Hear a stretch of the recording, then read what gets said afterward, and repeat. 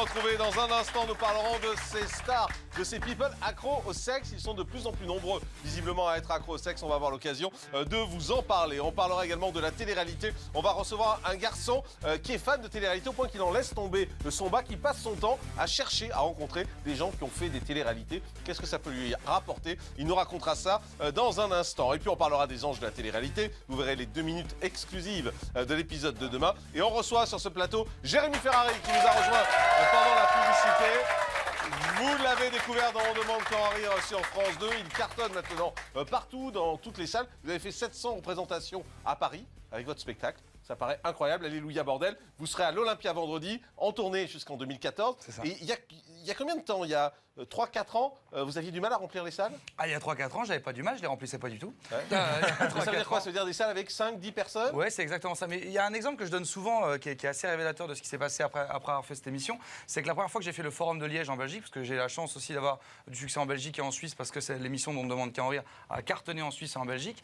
Quand j'ai fait la première fois le Forum de Liège, qui est une salle de 1500 places, vous savez, je garde les agendas, moi. Ouais. Et un an avant, j'avais vu annuler une date, et c'était à la Comédie des Trois Bornes, qui est un théâtre de 40 places. Donc si j'ai annulé, c'est qu'il y avait moins de 3 personnes, parce qu'à partir de 3, je jouais tous les soirs. Donc ça vous est arrivé de jouer avec 3-4 personnes dans la salle? Ouais. Et un an après, j'étais dans une salle de 1500 places pleine. Donc c'est ça que ça a changé, on demande. Mais on a juste envie de se flinguer, non? Quand on est face à 4 personnes. Ouais, mais on n'a pas l'argent pour acheter ni les balles ni le flingue, donc de toute façon, on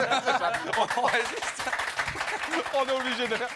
J'ai vu également sur Internet que vous aviez des fans qu'on appelle les Ferrarettes, c'est ça? Ouais, parce qu'un jour, j'ai dit, ma mère est très fan de Claude François, et je sais pas, c'est parti comme ça sur une déconne avec les Claudettes et tout ça. Et puis, il y a un groupe qui s'est créé un petit peu au départ en se marrant, qui s'appelait les Ferrarettes. Au départ, c'était pour me faire sourire. Et puis, ben, en fait, ce groupe a grandi, a grossi. Puis, c'est vrai que les médias, après, ça s'est intéressé, sont un petit peu intéressés à elles. Et du coup, elles ont grandi. Maintenant, je crois qu'elles sont 1000 ou 1500. Et partout où je vais, il y a toujours des Ferrarettes quelque part, machin, qui observent, qui épient et qui sont. C'est hyper touchant. Et voilà, c'est assez rigolo. Alors, vous avez un humour qui est assez corrosif, qui est assez dur, avec parfois des limites qui sont atteintes. On va regarder, pour les gens qui ne le connaissent pas, un extrait de votre spectacle et on en reparle juste après. On aperçoit malheureusement une nouvelle fois qu'apparemment la pédophilie ne fait pas encore complètement l'unanimité en France. Je vais donc, pour les plus sensibles d'entre vous, redémarrer immédiatement sur quelque chose de léger. Est-ce qu'il y a des juifs dans la salle? Je vais attendre, hein. De toute façon, vous savez très bien que vous allez finir par vous faire dénoncer, hein.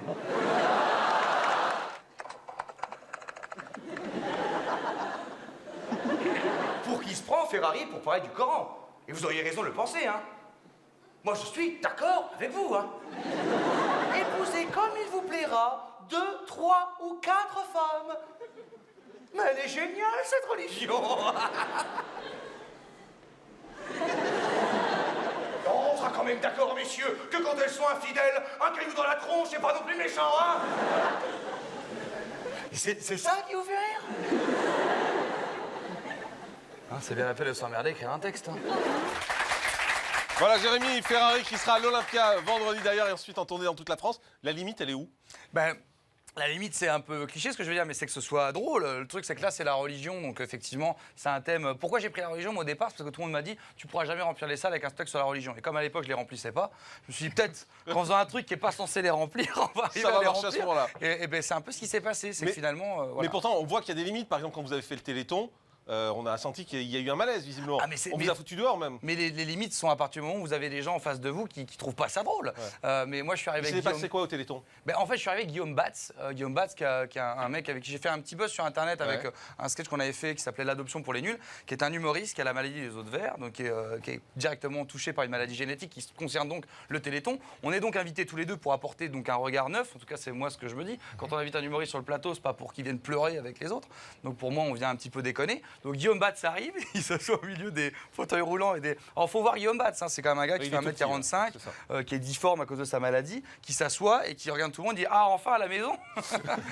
Et puis moi, après, il était assis juste en dessous du panneau, il y a le grand chiffre des millions promis, et des millions promis dans les dons, et du coup, moi, je lui dis oh, « On a quand même bien fait de venir, tu repars avec un sacré chèque. » Et là, à partir de ce moment-là, oula, non, faut arrêter de déconner, voilà, il faut pas faire d'humour, faut pleurer. Alors, si vous pleurez, vous avez un gros plan et on vous garde en plateau, mais si vous faites des blagues, bah, on vous demande gentiment de sortir. Paul Vermus, vous comprenez que ça puisse choquer les blagues qu'ils font ou pas? Oui, je comprends, mais alors moi, je vous dis franchement mon chapeau, parce que ce sens de la dérision, ce cynisme, et enfin se moquer des religions, alors Ferrari, bravo. Hein. Ben voilà, bravo. On va avoir l'occasion d'en reparler tout à l'heure. On revient sur les anges de la télé-réalité. On vous a posé une question tout à l'heure de savoir si Aurélie et Capucine avaient une amitié sincère. Vous avez répondu oui à 83%. Amitié sincère, non à 17%. Vous suivez les anges ou pas? Absolument pas. Mais même ça vous inspire pas? Vous dites pas que parfois vous avez envie de regarder juste pour que ça vous inspire? Mais en fait, c'est ce que je disais tout à l'heure. J'étais au maquillage et je voyais le retour. Et je crois que c'est la première fois, mais je suis très, c'est moi, hein, parce que malheureusement, j'ai pas trop le temps de regarder la télévision. Non, mais ça peut inspirer pour des sketchs.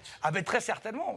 En fait, c'est vrai que quand j'ai vu en coulisses, je me suis dit, effectivement, il y a certainement des sketchs à faire. Mais au départ, j'avais pas trop suivi le truc. Alors, quelques messages. Mélissa R9 nous dit oui, leur amitié est sincère. Elles sont toujours ensemble. Anaïs Kerr nous dit oui, on voit bien que c'est une grande amitié, vu comment elles sont ensemble. C'est sûr qu'elles s'aiment bien. Viviane T, oui, c'est sincère. Les crevettes, je les aime. C'est leur nom de groupe. Hein, voilà. Je bien que c'est pas marqué sur la carte d'identité. Exactement.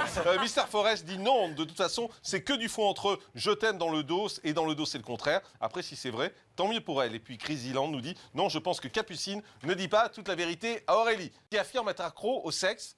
C'est votre cas ou pas? Mais qui n'est pas accro au sexe? C'est débile comme truc. Ah, vous pensez? Ah bah oui, non? Bah, Laurie, regardez. Comment je suis pas française? Comment vous le savez, Jean-Marc? Ça fait tellement longtemps, pas du tout, ça mais fait je suis tellement accro longtemps que au vous êtes célibataire, Laurie, que forcément, Non, à je un ne suis moment pas dans donné... une relation sérieuse. Ah, Ça ne veut d'accord. pas dire qu'il se passe rien dans ma Mais vie. vous dépassez la ligne jaune, là. Il y a une atteinte à la vie privée. C'est vrai. Qu'est-ce qui se passe, là? Qu'est-ce que vous avez Vous, je fait, vous pose pas la Miami, question, là Paul, c'est trop Bon. tard. Êtes-vous accro au sexe? vous surprendre, Jean-Marc. Hashtag Morandini, suivi de oui ou de non. Elle est en train de vous avouer que c'est une salope. Oui, c'est exactement ça. J'étais en train de me le dire, mais j'ai pas osé le faire. Mais ça de lancer un sujet, là, non? Non, allez-y, allez-y. Non, moi j'ai plus rien à Donc dire. rien de sérieux, juste des coups de temps en temps, c'est ça? Ah non, fallait saisir la Répondez balle au pas. moment où je voulais... Vous ne répondez pas à ces questions. Alors, êtes-vous accro au sexe? Hashtag Morandini, Vous avez vu, je l'ai dit. suivi de oui ou de non. Vous êtes en colère, Jérémy. Qu'est-ce qui vous arrive? Mais non, mais parce que je comprends pas le principe. On montre que le gars sait pas tenir une cuisine, Ouais. il a des cafards dans sa cuisine, on lui apprend à nettoyer. Il est pas au courant à la base que quand il a une cuisine, il faut pas qu'il y ait des cafards dans sa poêle. Visiblement, non. Et après, il y a des gens qui vont manger chez lui. Bah, en tout cas, c'est fait pour. Normalement, c'est ça le principe de l'émission. Ça marche, Nicolas? Ça marche très bien parce qu'il y a plusieurs raisons. D'abord, dans les émissions culinaires, elles changent. C'est pas un jeu, c'est une vraie émission, c'est une vraie aventure. Philippe Etchebest, il est super charismatique, il est vraiment excellent. Et il a un vrai propos, il y a de la psychologie, il rentre dedans, on se marre aussi par moments, il n'y a pas que des passages comme ça. Et puis, il y a un petit côté voyeur aussi, on se dit, et si moi j'y avais mangé dans ce truc-là? Vous l'avez rencontré, Philippe Etchebest, Laurie? Non, Pas jamais. du tout. Très bien. Comme il rentre dedans. Et c'est pas mon genre. Faire là-dessus, ça aussi c'est intelligent. Crise cardiaque, calme-toi. Ferrari, je ne vous ai pas demandé l'heure. Je vous ai connu quand vous étiez au biberon. Vous aviez 2 personnes dans la salle. Alors si vous continuez comme ça, je vais me fâcher. Hein. C'est pour ta santé. Mais je sais bien que c'est pour ma santé. Tu es mais trop nerveux. il faut que je me calme, je l'avoue. oui. Allez, Je voilà me donc calme. pour les audiences d'hier soir, pour vous calmer, Paul. J'aurais aimé le faire, moi, clairement. bah, Vous c'est mettez pour la perruque, le micro, j'y suis clairement. Moi, je vais regarder, j'adore. C'est un peu pour moi le Danse avec les stars d'M6. Ah non, si, mais vraiment, vous foutez de moi. mais- Je sais pas si le plus triste, c'est que tu vas regarder ça soir ou que tu as envie de mettre une perruque. C'est horrible de juger comme ça.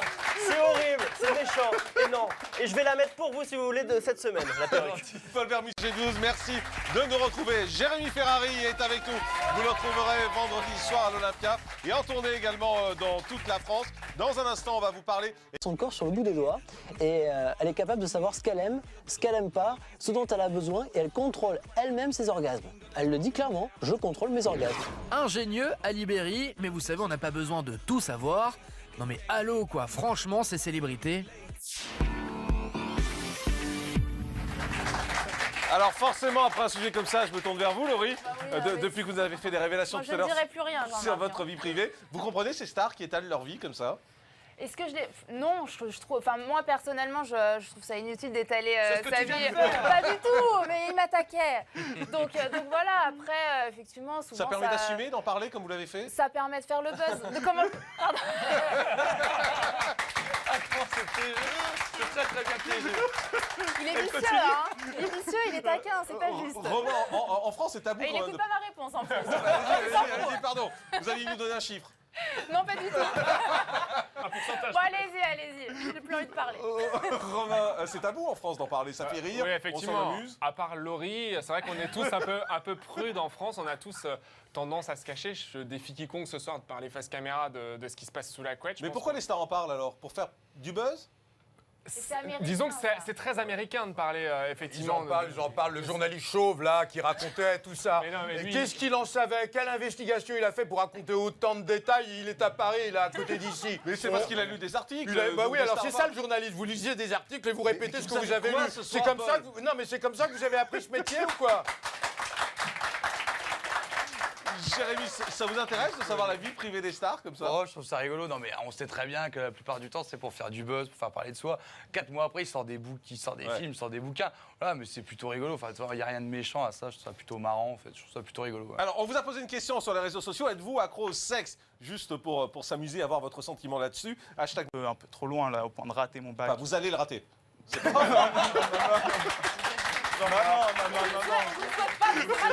Non, mais voilà, on va pas aller jusqu'à là au point de rater mon bac. Mais vous maintenant, comprenez voilà. qu'on puisse avoir une passion comme ça? Non, je ne comprends pas. Non, mais après, c'est très très loin évidemment de mon univers et de mon monde. Je vais pas abattre quelqu'un qui est déjà à terre.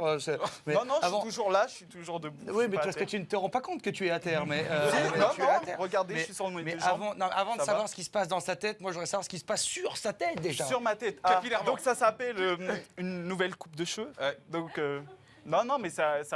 Juste Non, avant, non. vous voulez faire de la télé-réalité vous-même? Bah oui. Ouais. Oui, bah c'est d'abord pour ça que je suis autant intéressé à ça. Tu C'est- commences bien, il faut rater son bac. Forcément, pas forcément. Merci Rohan d'avoir été De rien. avec nous.